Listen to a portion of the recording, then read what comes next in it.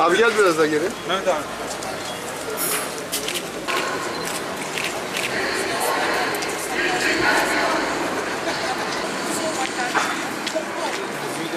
Üç aylıktan sonra kesinlikle vicdanımız bayramlar buraya ayrılıyor. Araçlar maya alanlar. Çayda biz var.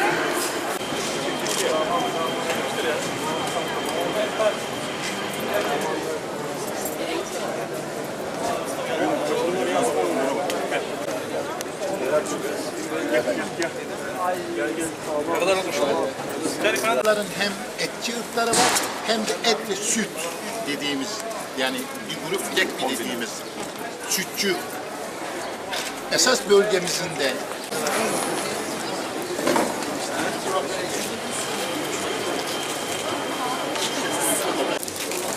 Üç tane verin. Sen de ayran. Ayran da o zaman. Anladın mı? Burnunun yeri. Bir tane olsa. Allah tabii kremlerden aç. Ben bekliyorum. Sen ne istiyorsun şapka? Sıra boş.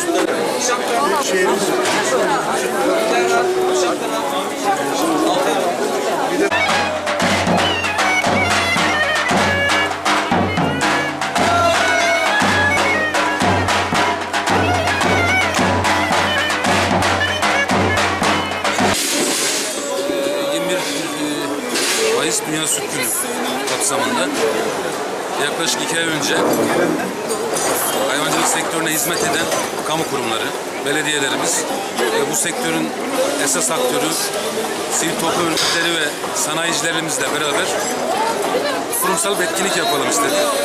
Sayın Valimizin onayıyla da Balıkesir Süt Platformu resmi yapının ilk etkinliği de bu Dünya Süt Günü kutlamaları oldu. Tabii süt ülkemiz için, Balıkesir için çok önemli bir temel besin kaynağı. Özellikle devletimizin, bakanlığımızın son yıllarda gazlı içeceklerden çocuklarımızı, gençlerimizi uzaklaştırmak ve temel, doğal, sağlıklı gıda kaynaklarına ulaşma noktasında çok yoğun gayretleri var. Okul sütü uygulamamız başlatılmıştı biliyorsunuz. Yıllardır uygulanıyor. İlimizde de çok başarılı bir şekilde uygulanıyor. Burada temel amaç insanların sağlıklı doğru beslenmesini sağlama, sağlıklı gelecek nesiller yetiştirme noktasında bir etkinlik. Burada da süt tüketimini, alışkanlığı daha da artırma noktasında bir farkındalık oluşturalım istedik.